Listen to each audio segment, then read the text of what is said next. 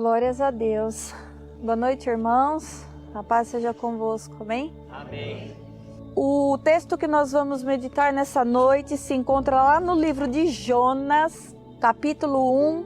Nós vamos ler do versículo 1 ao 3.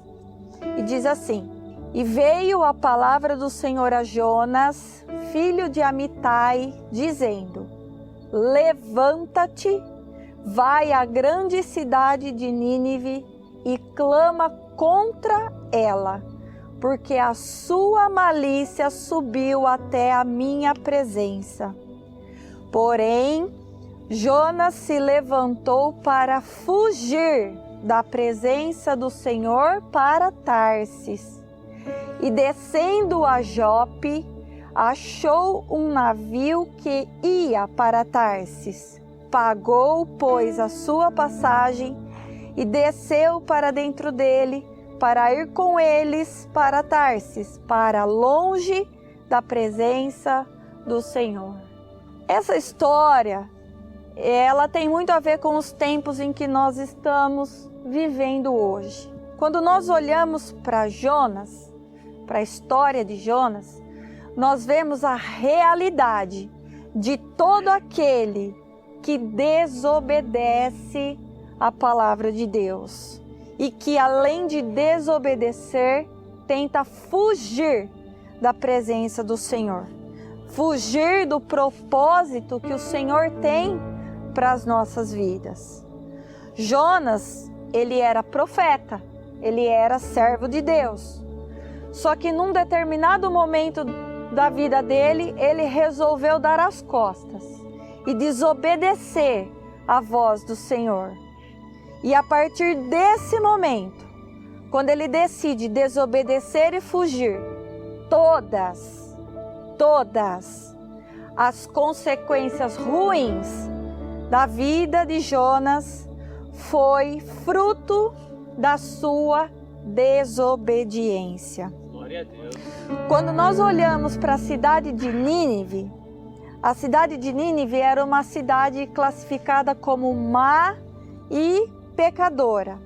E quando o Senhor fala assim que a malícia de Nínive subiu até a presença dele, isso nos remete a um tempo, quando nós olhamos para a Bíblia, onde o Senhor, ele foi praticamente obrigado a enviar juízo sobre a terra por causa da maldade do homem. Então, quando o Senhor menciona que a malícia de Nínive subiu até a presença dele, nós entendemos que Nínive vivia um tempo semelhante aos tempos de Noé, onde a maldade do homem e a intenção do coração era má continuamente, era uma geração má e perversa. E isso também nos mostra que os tempos de Nínive eram tempos semelhantes aos tempos de Sodoma e Gomorra, onde a iniquidade e a maldade se multiplicou de tal maneira que, quando chegou na narina do Senhor, ele resolveu destruir a região. Então nós vemos que toda vez que a maldade, a iniquidade, o Senhor está falando e o povo não está obedecendo, o Senhor está ensinando e o povo não está praticando. Quando basta, chega, o Senhor fala: eu não vou contender para sempre com o homem. Quando chega nesse ápice, o Senhor então vai enviar um juízo. Nos tempos de Noé, o Senhor envia o dilúvio e dizima toda a terra. E nos tempos de Sodoma e Gomorra, o Senhor entra em juízo contra aquela cidade, que era uma cidade má e pecadora. Só que a palavra do Senhor também vai dizer que o Senhor, ele não entra em juízo contra uma nação sem antes enviar os seus profetas. Antes de mandar o dilúvio, o Senhor levanta Noé para construir a arca e anunciar a destruição, pregar o arrependimento. Quando o Senhor vai destruir Sodoma e Gomorra, o Senhor envia anjos até a cidade para livrar aquele que era justo da destruição de Sodoma e Gomorra.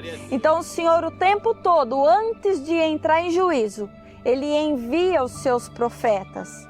E com Nínive não foi diferente. Chegou aquilo nas narinas do Senhor, Ele falou: para mim deu, vou destruir. E Ele levanta um profeta para ir anunciar a destruição e pregar o arrependimento. Ele fala: Jonas, levanta e vai. E fala que eles têm 40 dias para se arrependerem. Porque se não se arrependerem, eu vou destruir a cidade.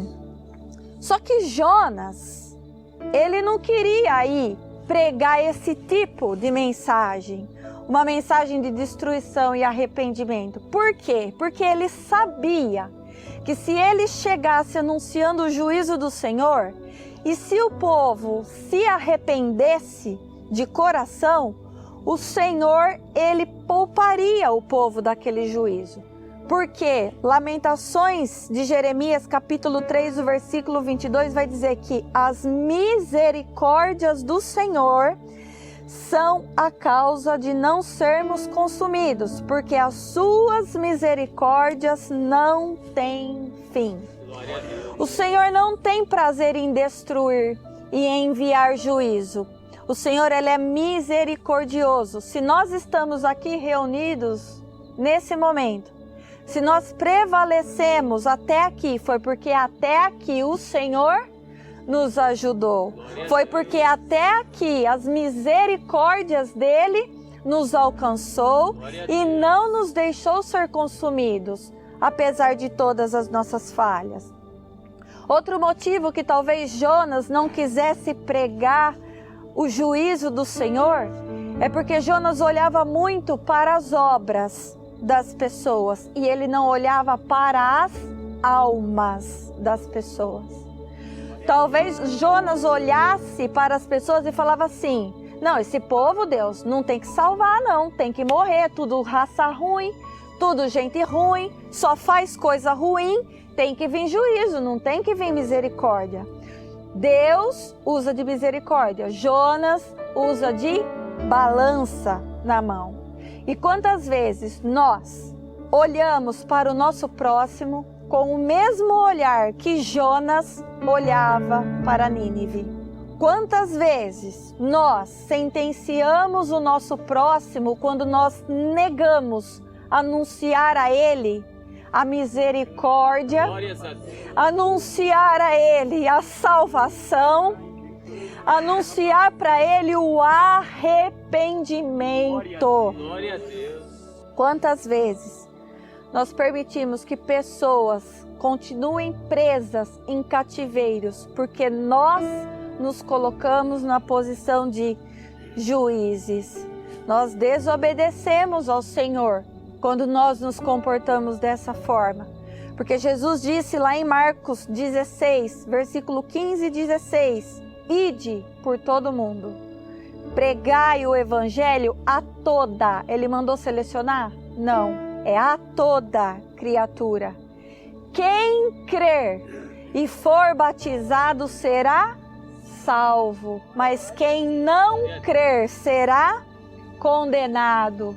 Jesus está dizendo para nós nessa noite: ó, levanta e vai até Nínives da vida e prega para os coxos, para os mancos, para os cegos, para os aleijados. Anuncia o arrependimento, anuncia a minha palavra e anuncia a minha salvação, para que eles tenham a oportunidade de se arrependerem e de também vir a se salvar. Só que o que é que nós estamos fazendo? Nós estamos levantando e indo até Nínive, até os coxos, mancos, cegos, aleijados, como o Senhor tem ordenado?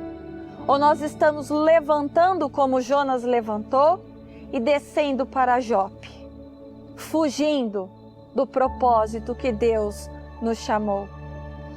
Quando Jonas se levanta, ao invés de obedecer a Deus e ir até Nínive, ele se levanta e vai para Jope, numa direção oposta, desobedecendo aquilo que Deus tinha ordenado a ele fazer, fugindo do Senhor.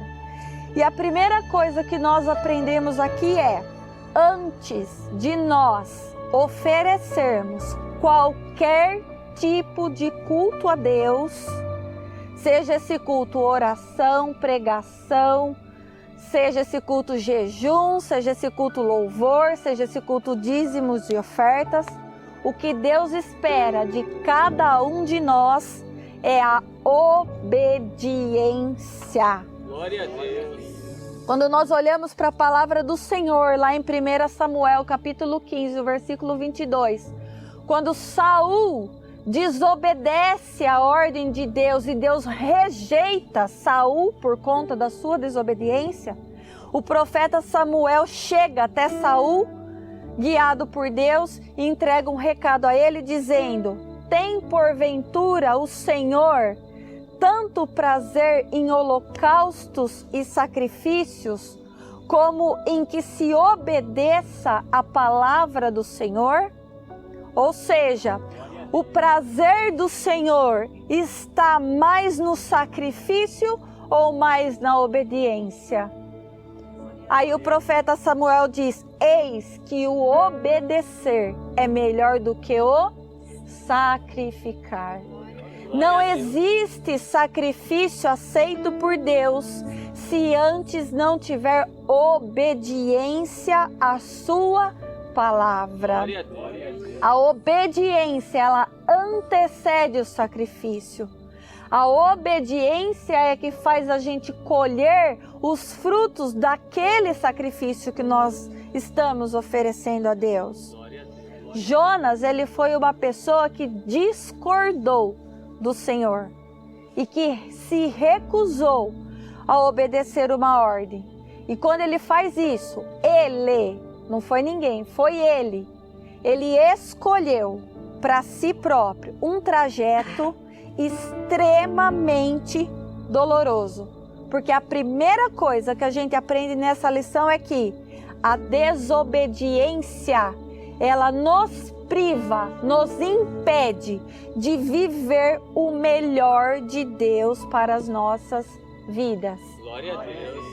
A prova disso, Deuteronômio, capítulo 28, o versículo 1 e o versículo 2 vai dizer assim: se ouvir a voz do Senhor e ter o cuidado de guardar todos os seus mandamentos, as bênçãos virão sobre ti. Então, quando nós ouvimos a voz do Senhor, quando nós guardamos a palavra do Senhor no nosso coração e nós obedecemos, nós não precisamos fazer mais nada, porque as bênçãos correm atrás de nós e elas nos alcançam. Mas, no mesmo capítulo 28, no versículo 15, o Senhor também vai dizer que se não dermos ouvidos à palavra, à voz de Deus, e não tivermos o cuidado de cumprir todos os seus mandamentos, as maldições nos seguirão e nos alcançarão. Então, bênção corre atrás, maldição também. A bênção corre atrás de quem ouve e obedece. E a maldição corre atrás de quem ouve e não obedece, ou de quem não dá nem ouvidos àquilo que Deus está falando. E aí eu pergunto, o que é que nós estamos escolhendo? Bênção ou maldição? Quando Jonas se levanta e começa a fugir da presença do Senhor, se nós olharmos para o contexto assim mais grosseiro da palavra fugir, e nós analisarmos as Escrituras, a Bíblia diz que Deus, ele é um Deus onipresente, ou seja, ele está em todos os lugares. Então Jonas foi bobo em pensar que ele poderia se esconder do Senhor. Glória a Deus. que ele poderia fugir. Porque os salmistas diz lá no Salmo 139, versículos 7 e 8: para onde me irei do teu espírito? Ou para onde fugirei da tua face? Se subir ao céu, lá tu estás. Se fizer no inferno a minha cama, eis que tu ali estás também. Quer seja céu, quer seja inferno, não tem como fugir da presença do Senhor. Mas então, o que essa fuga de Jonas, ela quer dizer, nos ensinar? Essa fuga de Jonas, ela vai simbolizar a nossa separação do Senhor. Outra coisa que nós aprendemos é que toda a desobediência tem como consequência a interrupção da comunhão com Deus. Amém? Toda vez que nós desobedecemos a palavra do Senhor, nós perdemos a comunhão com Deus. Jonas, então, quando ele resolve fugir e ele perde essa comunhão com o Senhor, ele vai entrar num processo de decadência espiritual. O versículo 3 do texto que nós lemos vai dizer que Jonas se levantou para fugir da presença do Senhor e, descendo a Jope, achou um navio, comprou uma passagem e desceu para dentro do navio, para longe da presença do Senhor. Então Jonas, ele vai começar a caminhar na contramão do Senhor. Ele está num lugar, ele desce para Jope, lá ele vai comprar uma passagem e desce para o navio. No navio, ele desce para o porão. No porão, ele dorme um sono profundo.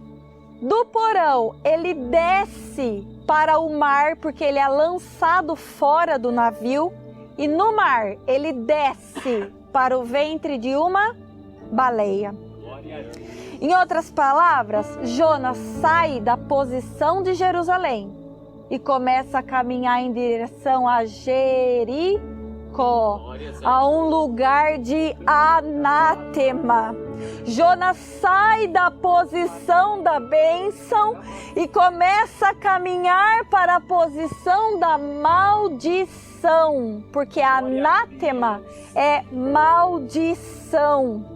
Ele sai da posição de bendito e vai para a posição de maldito. Só que uma coisa aqui chama a atenção, porque Deus, ele não interfere na trajetória de Jonas.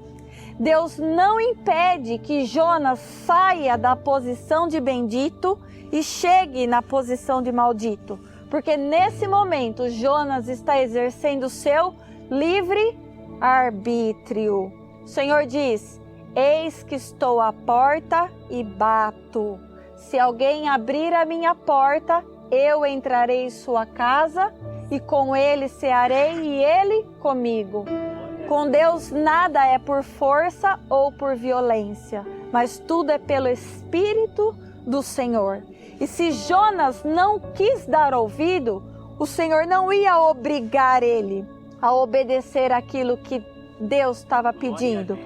Jonas, então, a partir desse momento, ele começa uma série de semeadura errada que vai conduzir ele a uma colheita dolorosa, porque a lei da semeadura é certa. Aquilo que a gente planta, a gente colhe. Só que essa colheita, ela não vai refletir apenas na vida de Jonas, mas ela vai refletir também na vida daqueles que estão à volta de Jonas. Então nós vamos entender um pouquinho essa descida de Jonas até o ventre da baleia. A primeira coisa que a gente vai ver é que Jonas desceu a Jope. E quando ele chega lá, a Bíblia faz questão de nos dizer que ele compra uma passagem para descer ao navio. Então, o que nós entendemos aqui é que toda desobediência tem um preço, porque ele comprou a passagem para ir até o navio. E qual foi o preço que Jonas pagou? A primeira coisa que nós precisamos entender é o que é um porão, porque nós temos que identificar se nós estamos dentro de um porão ou não. Se nós olharmos no conceito civil, construção, casa, o porão, ele é um lugar onde se guarda coisas velhas e normalmente coisas sujas, porque num porão só fica coisa esquecida, coisa empoeirada. Às vezes junta tanta bugiganga dentro de porão que começa a juntar até bicho, rato, barata, aranha, escorpião, animal imundo. E quando nós olhamos para navio, porão é o lugar onde se transporta cargas. Então, qual é o primeiro sinal de que nós estamos dentro de um porão? Quando as coisas da velha criatura começam a aflorar em nossas vidas. Quando as coisas que eram para ter sido deixadas para trás começam a vir à tona. Quando comportamentos que mediante a palavra do Senhor nós não deveríamos ter, nós começamos a desenvolver novamente. Quando nós deixamos de estar em Cristo, é o primeiro sinal de que nós estamos caminhando rumo a um porão. Porque 2 Coríntios, capítulo 5, versículo 17, vai dizer assim: se alguém está em Cristo, nova criatura é. Aí ele continua: as coisas velhas já passaram. Eis que tudo se fez novo. Se as coisas velhas não passaram das nossas vidas, se na nossa vida nada tem se feito novo, mediante aquilo que a palavra do Senhor está nos ensinando, não estamos em Cristo. Segundo sinal de que nós estamos dentro de um porão, nós começamos a carregar um fardo que é pesado, porque porão é lugar de transportar cargas, e nós começamos a nos sentir oprimidos. Segundo sinal de que estamos longe do Senhor, de que estamos fugindo dele, porque Jesus disse lá em Mateus capítulo 11, do 28 ao 30, vinde a mim, todos os que estáis cansados e oprimidos, e eu vos aliviarei. Tomai sobre vós o meu jugo e aprendei de mim, que sou manso e humilde de coração, e encontrareis descanso para as vossas almas, porque o meu jugo é suave e o meu fardo é leve. Então, se o Senhor Jesus nos diz que quando nós estamos oprimidos e afadigados, Ele diz, vinde a mim, Ele só está comprovando que todas as vezes que nós começamos a nos sentir dessa maneira, é porque nós estamos nos distanciando dEle. E Ele está falando, volta, vem para perto de mim. Olha o lobo arrebatando, dispersando, tirando a ovelha de perto do pastor. E ele está falando, volta, vem para perto de mim, para tomar posse do meu fardo e do meu jugo, que é o quê? Leve e suave. Mas não basta eu somente vir para perto dele. Ele diz, e aprendei de mim. Quando nós aprendemos dele, nós aprendemos da palavra dele. E aí nós passamos a estar nele e as palavras dele passam a estar em nós. Aí nós tomamos posse do fardo e do jugo leve e suave. Em outras palavras, Jonas nesse momento, ele volta a ser a velha criatura e por consequência, ele começa a tomar posse de um fardo que é pesado. Tudo por quê? Porque ele saiu da posição que o Senhor desejava que ele estivesse. E quantas vezes nós fazemos a mesma coisa? Temos comunhão com quem não faz a vontade do Pai. Vamos a lugares onde o Espírito não se faz presente. E você pode ver que é bingo, é pisar fora da casinha. A primeira coisa que sobrevém às nossas vidas é o quê? Opressão, é fardo, é jugo. É só o Senhor nos falando, volta. Você está se sentindo enfadado, cansado, oprimido?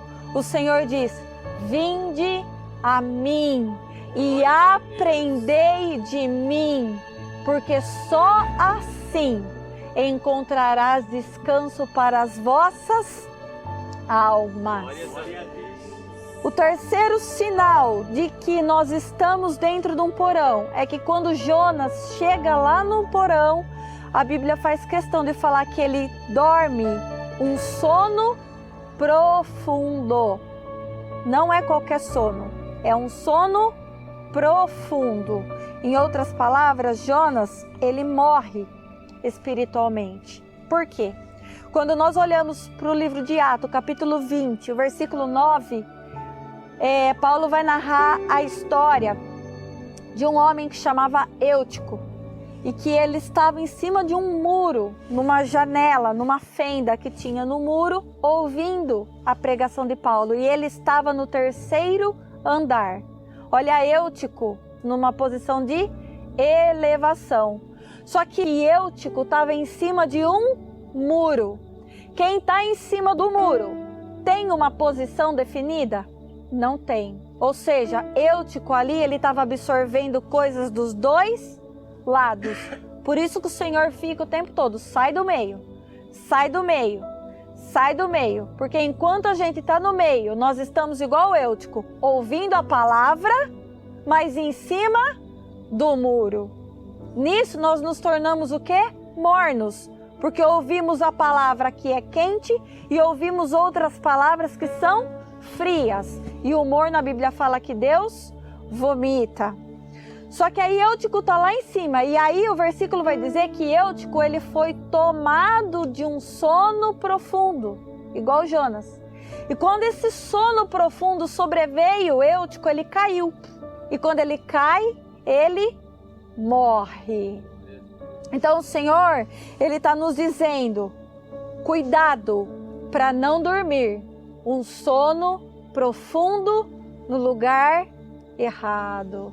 Porque quando nós olhamos para as 10 virgens, por exemplo, as 10 dormiram, as 5 loucas e as 5 prudentes. Só que 5 dormiram preparadas e 5 dormiram despreparadas. Então, por isso o Senhor diz, desperta tu que dormes e Cristo te esclarecerá. Dormir profundamente é caminhar de maneira de que nós não estamos esclarecidos na palavra do Senhor. E se nós não estamos esclarecidos, não temos o compreendimento daquilo que o Senhor está nos ensinando, nós vamos cair e cair para a nossa morte. Porque quando nós olhamos para o fato de cair, nós podemos cair de duas maneiras. Provérbios 24:16 vai dizer, porque 7 vezes cairá o justo e se levantará. O cair nas nossas vidas é inevitável, porque em algum momento nós vamos transgredir por conta do nosso pecado. Só que quando nós temos o esclarecimento, quando nós estamos na posição do justo, quando nós somos justificados pela palavra e pela oração, nós rapidamente compreendemos aonde é que nós transgredimos, dobramos nossos joelhos, nos arrependemos, nos consertamos com Deus e começamos a caminhar da maneira correta. Só que tem um outro tipo de queda, que está lá no Salmo 36, versículo 12, que vai dizer, ali caem os que praticam a iniquidade, cairão e não se poderão levantar. Se nós cairmos na iniquidade, distorcendo a palavra de Deus, querendo fugir ou querendo dar o famoso jeitinho brasileiro para aquilo que Deus está requerendo de cada um de nós, nós vamos cair para não levantar mais. Porque quando nós dormimos profundamente, nós perdemos todos os nossos sentidos. O sono normal, ele é composto por várias fases. E uma das fases é denominada como sono profundo. Então agora eu vou abrir um parênteses e nós vamos meditar se nós estamos dormindo profundamente ou não. O primeiro sintoma físico do sono profundo que caracteriza essa fase do sono é a baixa atividade cerebral. Ou seja, é nessa hora que a mente, desliga. Espiritualmente falando, quando nós entramos num sono profundo, nós não temos mais o claro compreendimento das Escrituras, porque a nossa mente, ela já não trabalha mais da forma que ela deveria. Ela já não entende mais, ela não quer entender mais a palavra da maneira que ela deveria. Por isso que em 2 Coríntios, capítulo 4, versículo 4, vai dizer que o Deus deste século cegou o quê? O entendimento dos incrédulos. Quem são os incrédulos? São aqueles que não têm fé na palavra do Senhor. Para que não lhes resplandeça a luz do evangelho da glória de Cristo, que é a imagem de Deus. Então, quando o inimigo consegue desligar a nossa mente, quando ele consegue desligar a nossa comunhão com o Senhor, nós perdemos a fé na palavra de Deus. E a Bíblia diz que sem fé é impossível agradar a Deus. Nós, então, nesse momento, paramos de prestar a Deus um culto racional. Ou seja, nós não nos entregamos a Ele de corpo, de alma e de espírito. Porque lá em Romanos capítulo 12, Paulo vai dizer: rogo-vos, pois, irmãos, pela compaixão de Deus, que apresenteis os vossos corpos em sacrifício vivo, santo e agradável a Deus, que é o vosso culto racional. Então, o primeiro sintoma de que nós estamos dormindo, nós não nos entregamos a Deus de corpo, de alma e de espírito. Não nos apresentamos como sacrifício vivo, santo e agradável. O segundo sintoma da fase do sono profundo é que nesse momento ocorre uma redução do metabolismo corporal, ou seja, respiração diminui, a pressão diminui, o batimento cardíaco diminui, todas as funções vitais, elas são diminuídas. Nós não produzimos energia suficiente para nos manter ativos e produtivos. Espiritualmente falando, nós paramos de produzir os frutos do Espírito. Nós paramos de produzir os frutos que o Senhor deseja. Lucas, capítulo 3, versículo 9, o Senhor vai nos explicar, porque ou nós não produzimos, ou nós começamos a produzir frutos ruins. E quando nós nos enquadramos nessas duas posições, de não produzir ou de produzir o que é ruim, Lucas, capítulo 3, verso 9, vai dizer: e também já está posto o machado à raiz das árvores. Toda árvore, pois, que não dá bom fruto, corta-se e lança-se no fogo. O fruto, ele só vai ser gerado nas nossas vidas quando nós temos relacionamento com o Espírito Santo de Deus. Se nós não temos o Espírito Santo de Deus, ou nós não produziremos, ou nós produziremos frutos ruins. Porque Jesus disse, lá em João capítulo 15, eu sou a videira, vós as varas. Quem está em mim e eu neles, olha a via de mão dupla, esse dá muito fruto, porque sem mim nada podeis fazer. Então, se nós não fazemos nada, nós temos Cristo em nós? Nós estamos nele e ele está em nós? Não, porque sem ele nada podemos fazer.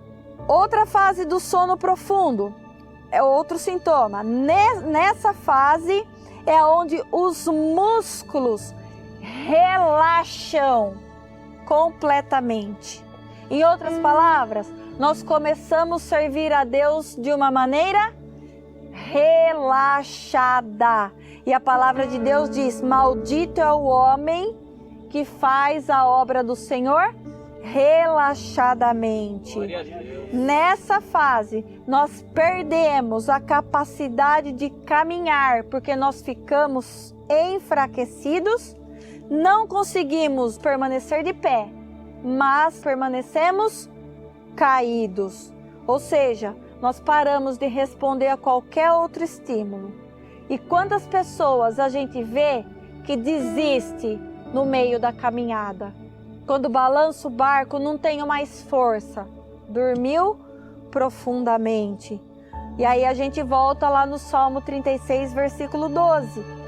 Que ali caem os que praticam a iniquidade, cairão e não se poderão levantar. Quando nós deixamos a iniquidade dominar a nossa mente, nós caímos e não levantamos mais, porque já ficamos enfraquecidos. E um último sinal de que estamos nessa fase é que na fase do sono profundo não existe sonhos. Nós não sonhamos. Em outras palavras, Deus não fala mais conosco, porque nós perdemos completamente a ligação e a comunhão com Ele. Nós perdemos o seu Espírito. Lá em Joel capítulo 2, versículo 28, o Senhor diz assim: e há de ser que depois derramarei o meu Espírito sobre toda a carne, e os vossos filhos e as vossas filhas profetizarão, os vossos velhos terão sonhos e os vossos jovens terão visões. Então, se nós não temos sonhos, não temos visões, nós perdemos o Espírito de Deus. A nossa casa agora, nesse momento, ela passa a ficar vazia, porque o Espírito foi embora. E quando a nossa casa fica vazia, a Bíblia diz que os espíritos imundos, vagando de lugares áridos, voltando e encontrando a casa vazia, ele traz consigo mais 7. Nesse momento, nós passamos a navegar, como Jonas, no mar, que é o local onde a habitação do espírito da besta, do espírito do engano. E não navegamos nos rios de águas vivas que fluem do trono do Senhor. O último motivo, o último sinal para a gente analisar se estamos dentro de um porão dormindo, é que nós começamos a nos relacionar e a ter comunhão com aqueles que não fazem a vontade do Pai. Nós começamos a ter comunhão com quem é escriba e com quem é fariseu, porque a Bíblia vai dizer que os tripulantes daquela embarcação eram pessoas idólatras que serviam a outros deuses, que não era o Deus de Israel.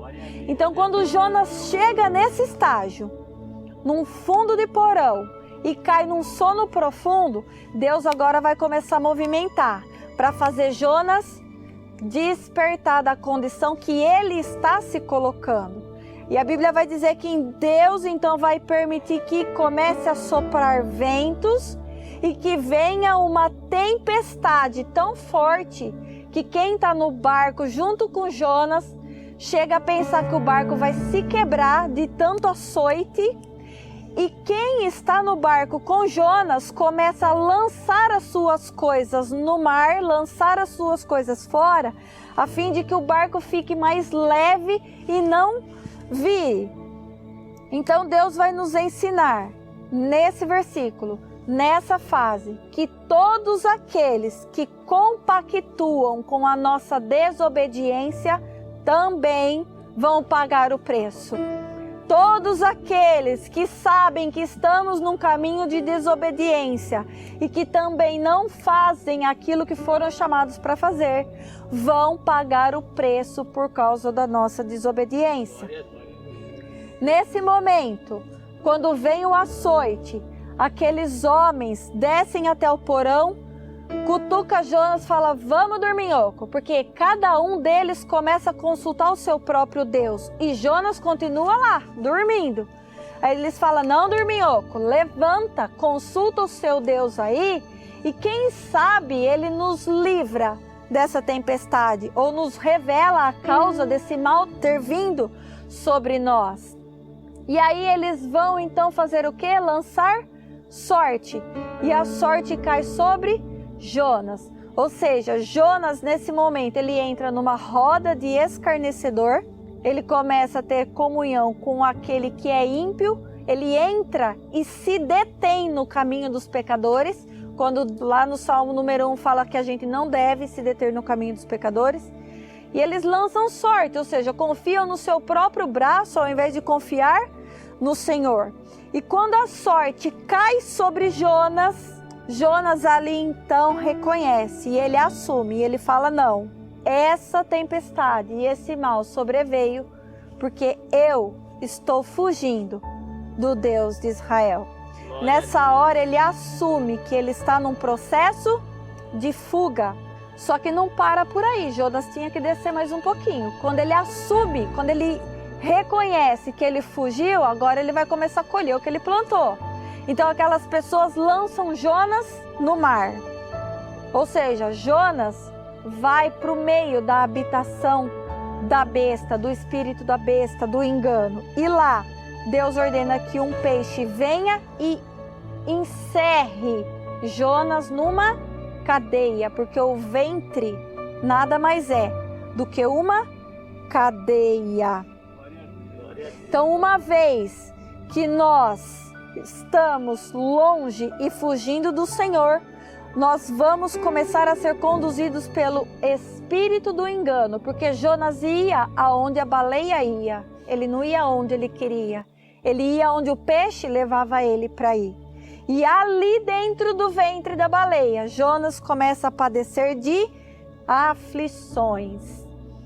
Quando nós olhamos para o Salmo número 88, do verso 3 ao 7, o salmista diz assim, ó: porque a minha alma está cheia de angústia e a minha vida se aproxima da sepultura. Estou contado, ou seja, faço parte, com aqueles que descem ao abismo. O ventre da baleia era o que na vida de Jonas? Um abismo, e a Bíblia diz que um abismo puxa outro abismo. E aí o salmista continua: estou como homem sem forças, livre entre os mortos, como os feridos de morte que jazem na sepultura, dos que te não lembras mais e estão cortados da tua mão. Aí ele diz: puseste-me, ou seja, quem pôs ele lá? Foi o próprio Deus. Puseste-me no abismo mais profundo e em trevas e nas profundezas. Por quê? Porque desobedeceu.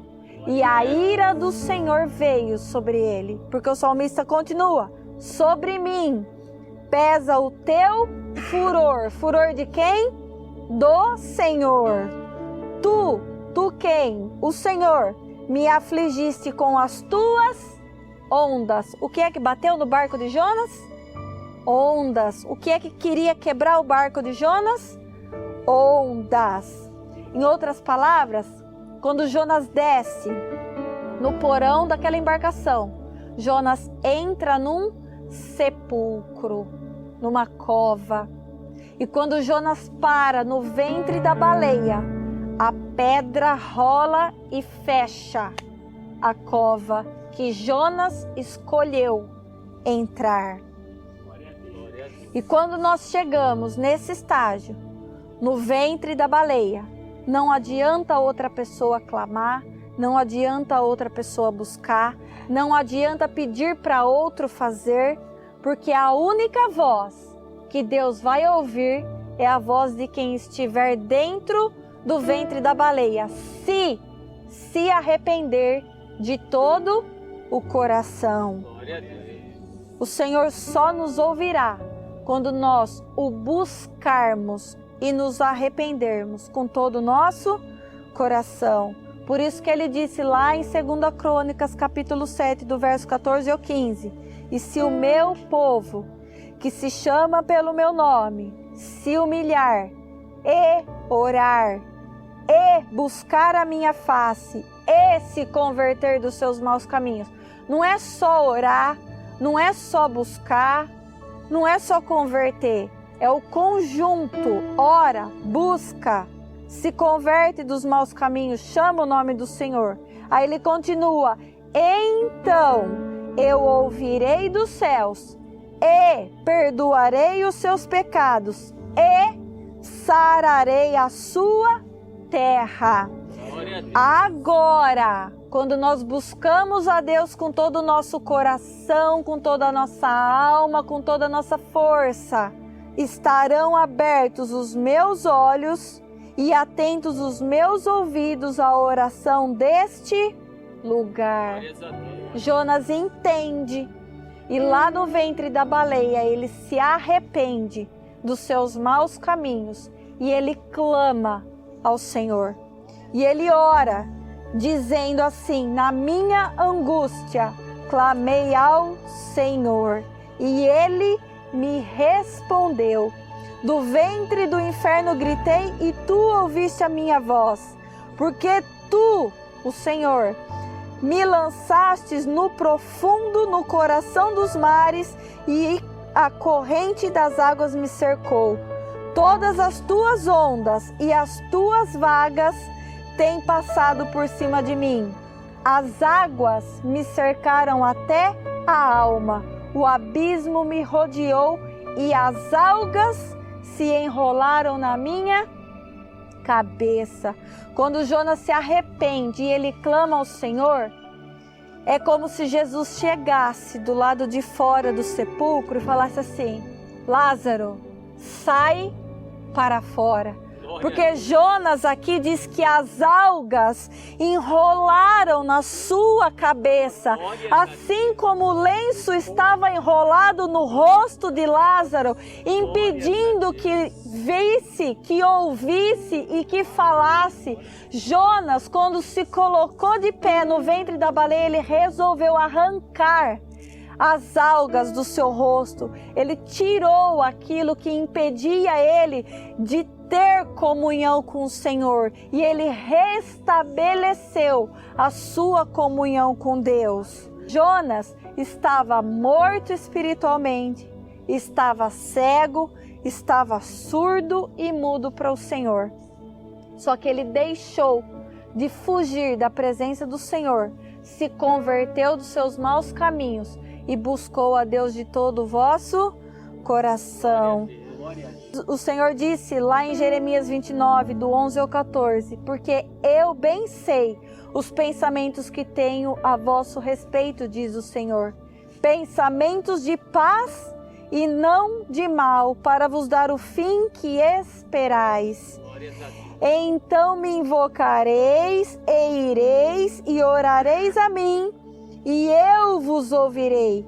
E buscar-me-eis e me achareis quando me buscardes com todo o vosso coração, e serei achado de vós, diz o Senhor, e farei voltar os vossos cativos, e congregar-vos-ei de todas as nações e de todos os lugares para onde vos lancei, diz o Senhor, e tornarei a trazer-vos ao lugar de onde eu vos transportei. Jonas tinha que ir em Nínive. E ele deu toda uma outra volta para fugir do propósito do Senhor. O Senhor mandou ele para longe. O Senhor permitiu que ele chegasse no ventre da baleia. Mas quando ele chegou lá e ele buscou a Deus de todo o coração e ele se converteu dos seus maus caminhos e o Senhor ouviu a oração de Jonas, o Senhor agregou Jonas de volta na terra que ele tinha saído e fez o peixe vomitar ele aonde? Na areia, em terra seca. Glórias a Deus. De volta para o propósito do Senhor. Então nessa noite, se porventura nós nos encontramos em ventres de baleia, ou nos encontramos fechados em sepulcros, porque em algum momento da nossa caminhada nós escolhemos desobedecer a Deus e fugir da presença dEle, hoje o Senhor está nos dando uma nova chance. Glórias a Deus. Hoje o Senhor está anunciando a nós o arrependimento. E se nós quisermos, se nós ouvirmos e se nós obedecermos, Ele nos tirará do ventre da baleia, colocará cada um de nós em terra seca e firmará os nossos pés numa rocha. Hoje o Senhor diz para nós: ponho diante de vós a bênção e a maldição. Escolhe hoje o que cada um de nós queremos seguir e o que cada um de nós queremos para as nossas vidas. Bênçãos se obedecermos e maldições se não dermos ouvidos à voz do Senhor. Amém? Amém, irmãos? Deu para entender um pouquinho do cenário da desobediência? Quando ela disse que Eutico morreu, irmãos, guarda algo. Ele não morreu fisicamente, tá? É que o cair num sono profundo é a mesma simbologia de que alguém morreu espiritualmente falando. E olha que analogia, Jesus virou e falou assim: o nosso amigo Lázaro, o que ele faz? Ele dorme. Irmãos, observa que Jesus, Deus, ele fala de diversas formas diferentes, a mesma coisa. Quando a gente desobedece, a primeira coisa que a gente vai perder é nível espiritual. Segundo, nós vamos começar a pagar preço, porque nós estamos indo para o caminho, porque se ele estivesse no caminho certo, ele não ia pagar preço. Terceiro, nós vamos dormir espiritualmente falando. Quarto, nós vamos interagir com roda de escarnecer. Por que roda de escarnecedor? Quem joga sorte, irmãos, é roda de escarnecedor. Porque a fé é o firme fundamento. Na fé não tem sorte. Na fé está escrito, pratica. E quando a gente começa a interagir em roda de escarnecedor, observa o que eles fazem com a gente. Eles vão jogar a gente aonde, irmãos? No mar. Está escrito lá em Isaías que no fundo do mar habita a serpente tortuosa. Em outras palavras, vai fazer a gente se relacionar face a face com o diabo. Só que quando nós nos arrependemos, Deus dá ordem a nos tirar de lá de dentro daquele lugar e joga onde, irmãos? Na areia da praia do mar. E a Bíblia diz que a descendência de Abraão é como a areia da praia do mar. Quando a gente se arrepende daquilo que a gente está falando, a gente sai das trevas para nos tornarmos o quê? Um descendente de os filhos da promessa. Deixamos de ser filhos do diabo para nos tornarmos filhos de Deus. Tá claro isso, irmãos? Vamos escolher obedecer.